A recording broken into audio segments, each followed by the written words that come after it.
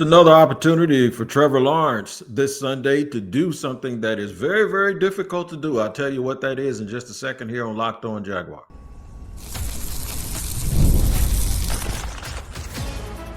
You are Locked On Jaguars, your daily Jacksonville Jaguars podcast. Part of the Locked On Podcast Network, your team every day. That is a fact. It is your team every day here on Locked On Jaguars. We thank you for making us your first listen.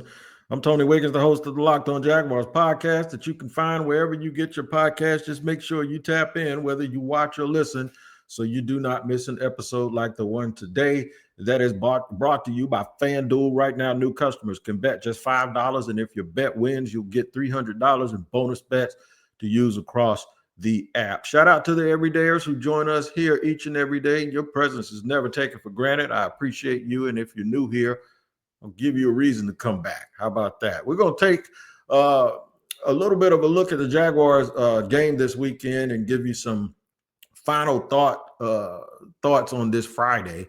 I call it Final Thought Friday. Things I'll have you think about this weekend as you carry into Sunday's games. Fans have questions. So right smack in the middle of the show, we're going to take a handful of those questions the fans have.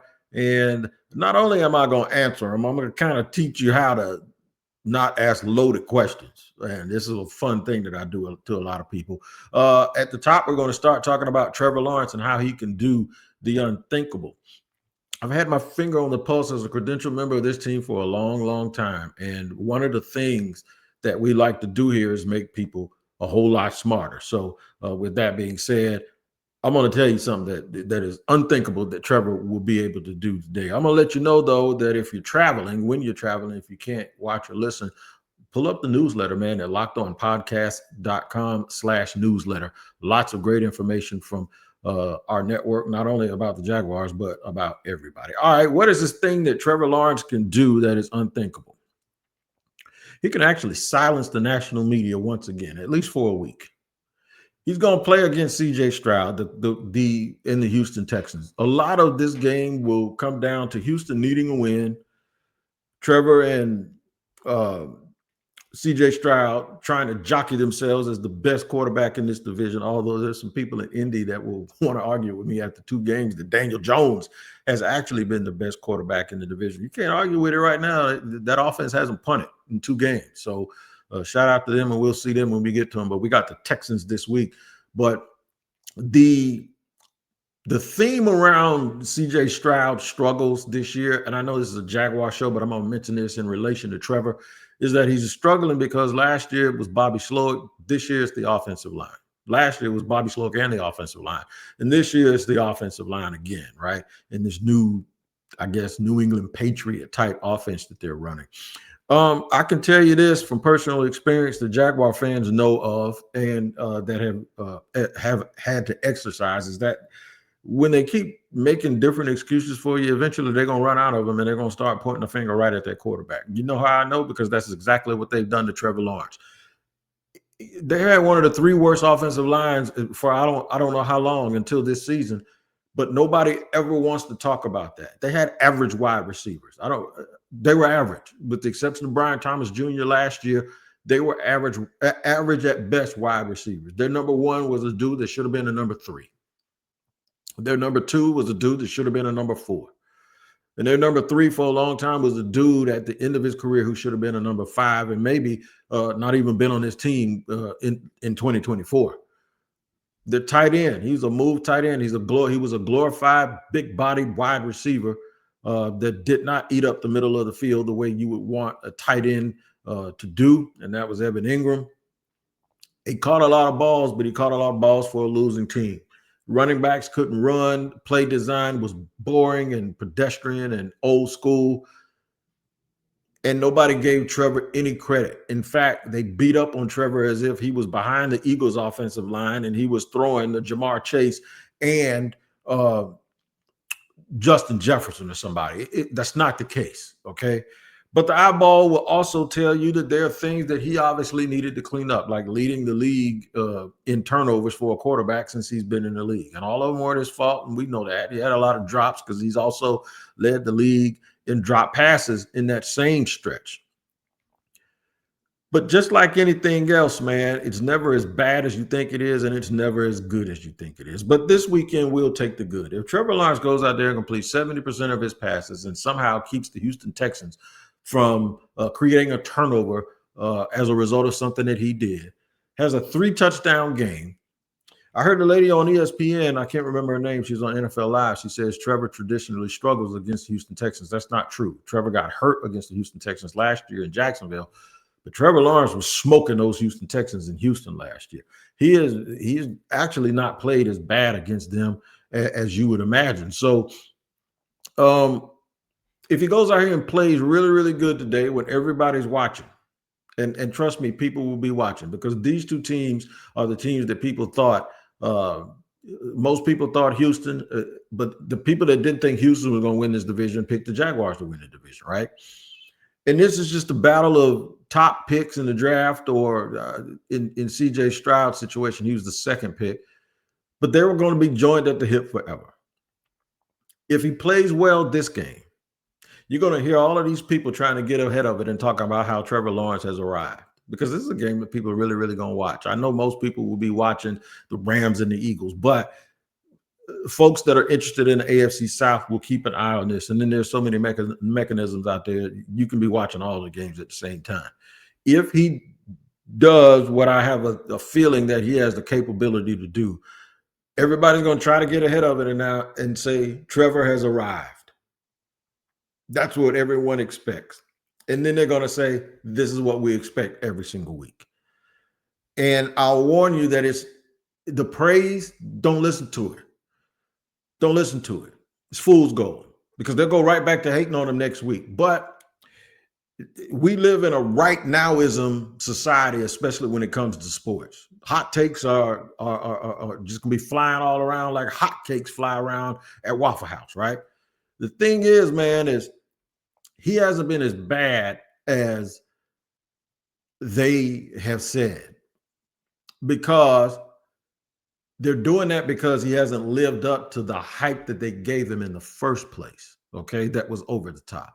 They will praise him over the top after this week. Now, you can already hear where my final thought is going to be going, because if you heard the crossover show on yesterday I did with John Hickman from Locked On Texans, I picked the Jaguars to win this game by 17 points. It doesn't mean you need to be going on FanDuel and picking the 17-point victory. It doesn't mean you need to be going anywhere saying, I'll give you 16, like in the barbershop. That is not what I'm telling you to do. I just think the way the ebb and the flow of the game is going to go, I just can't imagine a team with a bad offensive line beating the Jaguars. Now, I say that when the Bengals just did it last week, but not 2 weeks in a row. I think one of the best things that could have happened to them for week 3, and I know this is going to be a demerit with some people. How is it ever good to lose? One of the things you can extract out of losing a game that you should have won is dudes are going to be hell-bent on making sure it does not happen twice in a row. And I know Houston is 0-2 and they've played some really, really good teams, but sometimes it's hard to stop the bleeding. You know how I know? I cover the Jaguars. I know exactly what it's like when things start going bad and you can't do anything right to get it going back in the right direction. But Trevor Lawrence can do the unthinkable. He can shut people up at least for another week and make some of them run for cover. They ain't gonna come out and admit it, but you watch what happens. I'm telling you, I think he's gonna have a huge game this week, 300-yard game, 3 touchdowns, no turnovers, and they're gonna beat Houston, and then everybody's gonna be quiet and they're gonna overdo it and start singing the praises of Trevor Lawrence again. I'm telling you, watch. I'm gonna predict it. It's gonna happen. And if it don't happen, y'all gonna tell me about it. I know you will. I know exactly what's on your mind. In fact, speaking of y'all, I got some answers for some questions that you guys gave me on social media.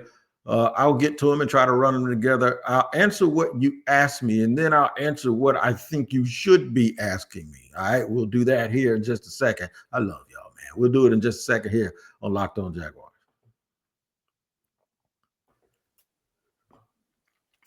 All right, today's show is sponsored by our friends over at DoorDash. That is right, man. DoorDash delivers. It's almost the weekend. It's time to look back and crown this week's MVP on Who Delivered. Powered by DoorDash, just like you can win every Saturday with DoorDash Streaks, saving more every time you order. These players deliver when it matters most. Let's break it down. Josh Allen. He's carrying a team that everyone says is devoid of talent, but they're 3-0 and right now looking like the favorites in the AFC. Just like Josh Allen did for the Bills, DoorDash delivers your Saturdays with DoorDash Streaks. You save every Saturday. Your order, you save on your order every Saturday, stack it up all season, and you could save up to $250, including $100 in DoorDash credits. Order this Saturday. Keep the streak alive. Fuel your game day only with DoorDash. Terms apply.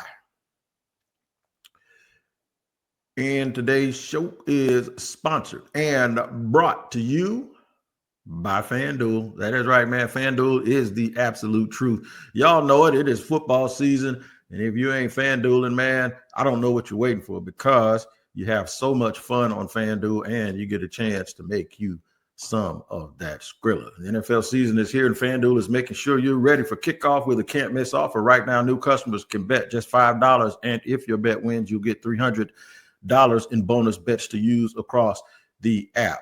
It makes it so much fun to watch these games, especially if your team is losing. You can still win some money while you're watching. So are you ready to play? Download the FanDuel app now by visiting FanDuel.com to get started. That's FanDuel.com to place your first $5 bet.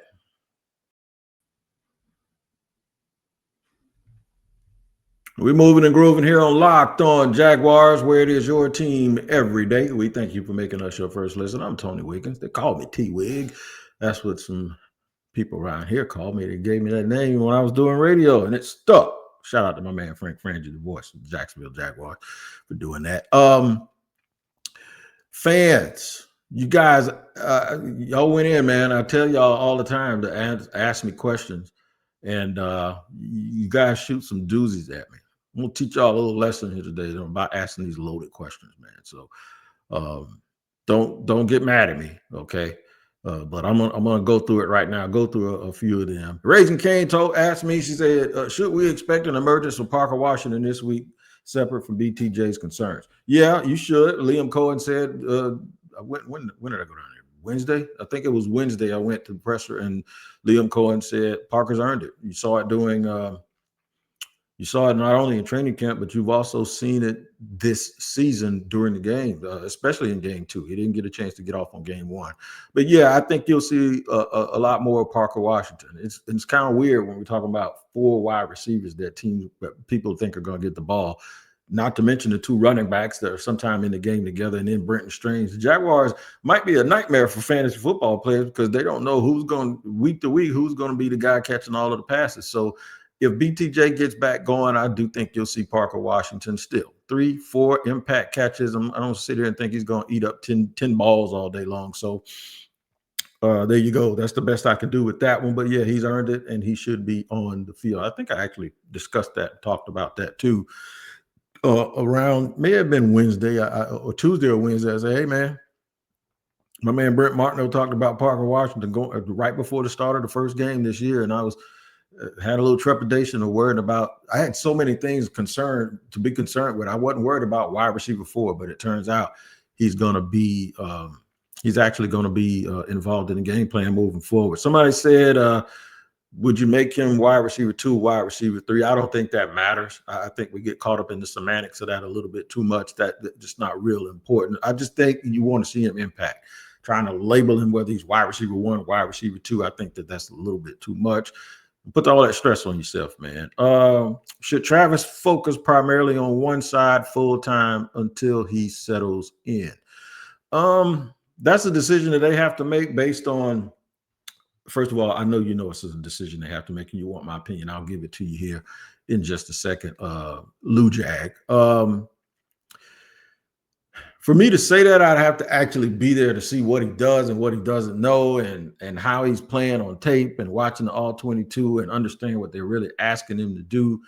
I think he could play corner. I think he could roll out of bed and be a very, very good or great NFL corner. I think there's work with the wide receiver stuff, and that's probably because this is stuff that he hasn't run very much. It's different from what he was doing. One thing I will tell you, he's not nervous and he's not afraid. He doesn't shy away from the competitive aspect. He looks like he belongs. I just want to see him as a wide receiver do more than catch screens and short passes, and be like a dude like a safety valve guy or somebody that just running screens. I want to see him downfield. I want to see him get downfield. How much do you expect the events from the last time these two teams played to factor into Sunday between the whistles and overall game physicality? Look, none. Liam Cohen kind of mentioned that. The things from the past, that's over with. It's football, it's contact. You shouldn't need external motivation for that. However, number 0 still exists on the Titans, and he still plays the exact same way he used to play. We can argue all day about whether it was dirty or whatever, but he still plays that way. And then they got another dude right behind him named C.J. Gardner-Johnson. So while the Jaguars want to, just focus on what they have to do now to win, I think the fact that those dudes are out there means that they'll probably be put in a situation where they got to keep their cool a little bit, especially with C.J.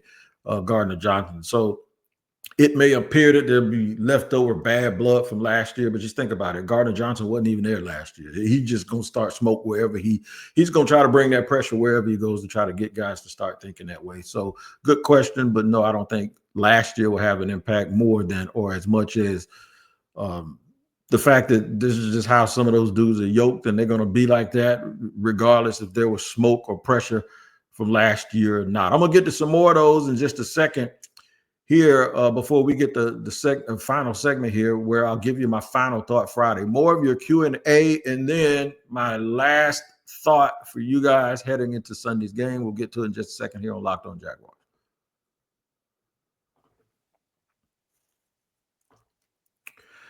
All right, today's show is sponsored and brought to you by our friends over at Square. Listen, man, you go places, you need to make sure that you have a chance to pay people right. And I want you to understand who Square is. It's your favorite neighborhood spots, man. They all run on Square. There are certain businesses that truly make the neighborhood feel like home, whether it's the local sports bar packed on game days, the coffee shop that knows your order by heart, or the corner deli that's been serving your community for decades.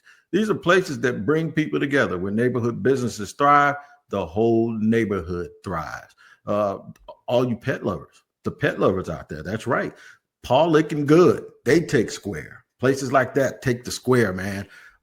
Rivertown, all of these great places. Sweet Pete's Candy in your neighborhood. Find all of these places right here in Jacksonville that absolutely take that Square and makes your payment process really, really easy and really clean. It's a proud partner of more than 4 million neighborhood businesses around the world. And you can go to square.com/go/lockedonnfl to learn more. But before you go, support your favorite neighborhood spot.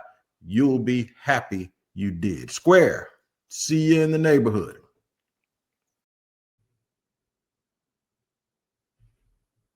Rolling along here on this fantastic Friday, heading into the weekend where the Jacksonville Jaguars will host the Houston Texans. And I think they're going to win. I think they're going to win pretty convincingly. I said it on yesterday's crossover edition. I hinted at it earlier today. I'll give you my final thoughts to get you primed up heading into the weekend. I'm going to let you know that we will have a post-game show as fast as it takes me to navigate through the traffic and get back to North Main Street, and to be able to drop that spicy and have my thoughts formulated. I'll drop a quick short and a quick message right after the game, and one even before the game to tell you how I'm feeling. You catch those on social media, YouTube. I'll post them everywhere. But more of your Q&A here real quick. Decided that I would give guys a chance to really ask these questions. JC says, Camp running a 3 safety look with Antonio Johnson. What do you think of that? I've always loved the big nickel. You just got to have guys that can play it. I love the big nickel. Love it. I mean, 5 guys up front, 6 in the back. You got 3 corners or sometimes 3 safeties and then 2 corners. I'm a big nickel fan, man. I really do like it. But like I said, you got to have the people to do it. The depth is going to be challenged a little bit. Because they're new addition. They got to make sure that he's up to speed. But moving on from Darnell Savage, who actually did have 48 snaps in the first 2 games, gives them Maybe give him a little pause and trepidation, but I don't think it will. Antonio Johnson has really earned his stripes, just like Parker Washington. He's the second guy that has really, really earned a lot of playing time on the team. Has BTJ fixed himself in practice this week? I would have absolutely no clue, intangibly rich Jags fan. I don't know. That's something that we'll have to wait and see on Sunday.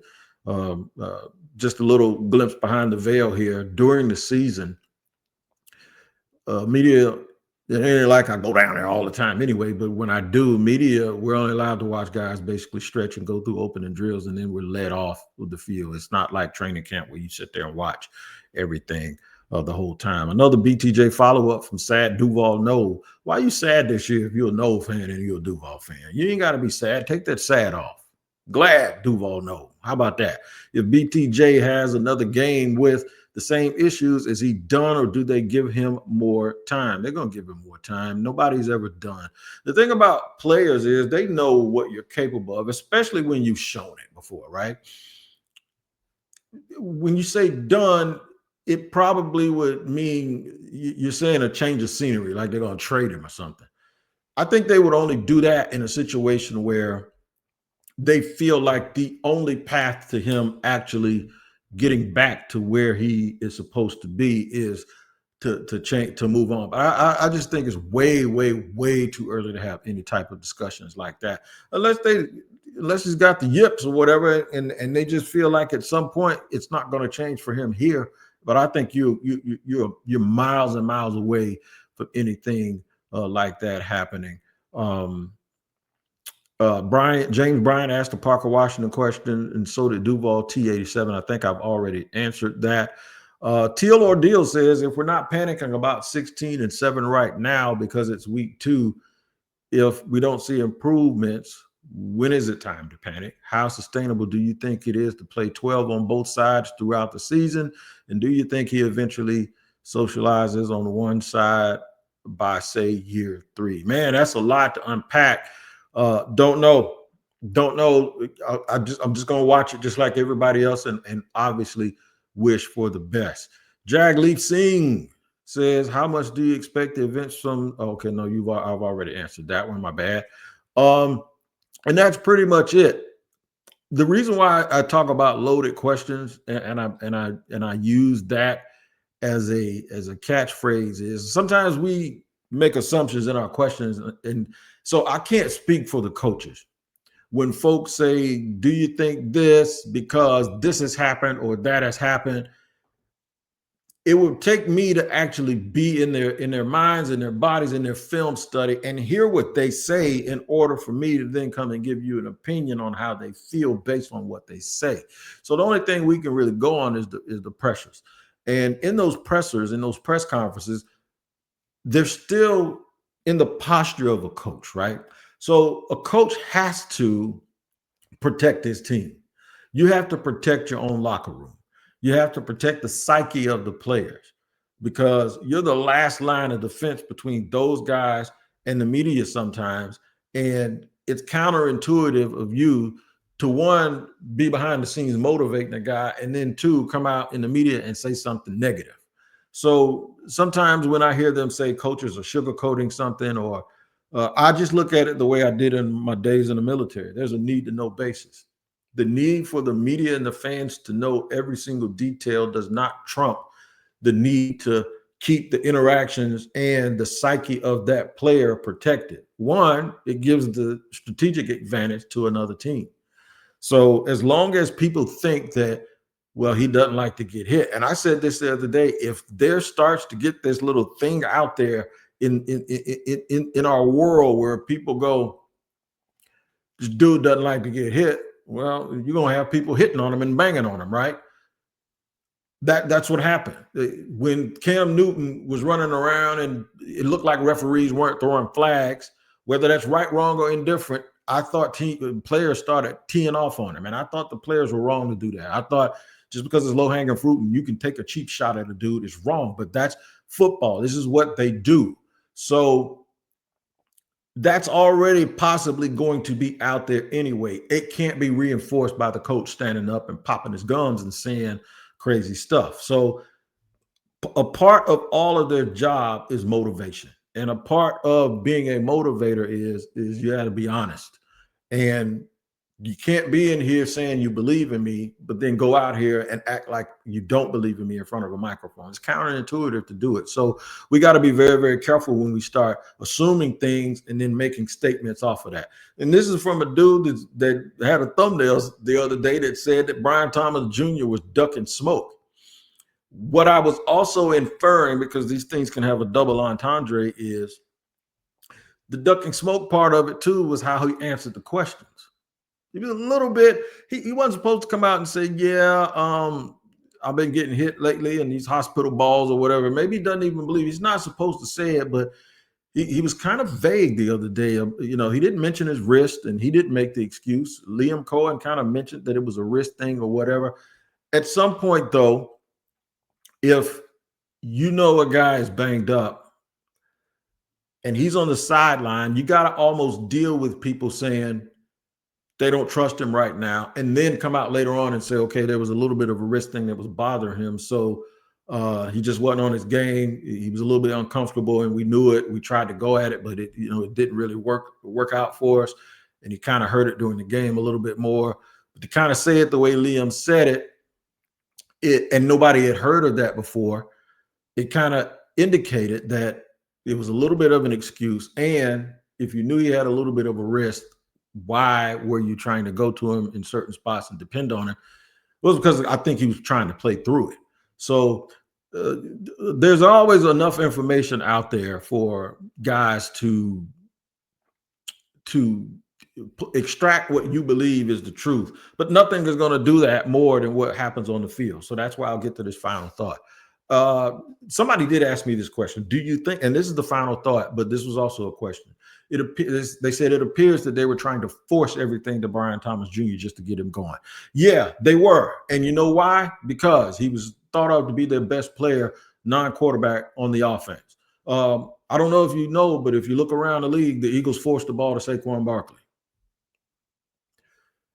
The teams forced the ball to the dude. Kansas City forces the ball to Travis Kelce. That's what having a number one receiver is. Jamar Chase, you force the ball to him. And I've said this time and time again, this is what the Jaguars coaches are going to do. And when somebody asked me the other day, said, why did they keep trying to force the ball to him when they know he's in a slump? Well, because he's their best player. And this is the only way you're going to prove that you're the best player. We're going to come to you.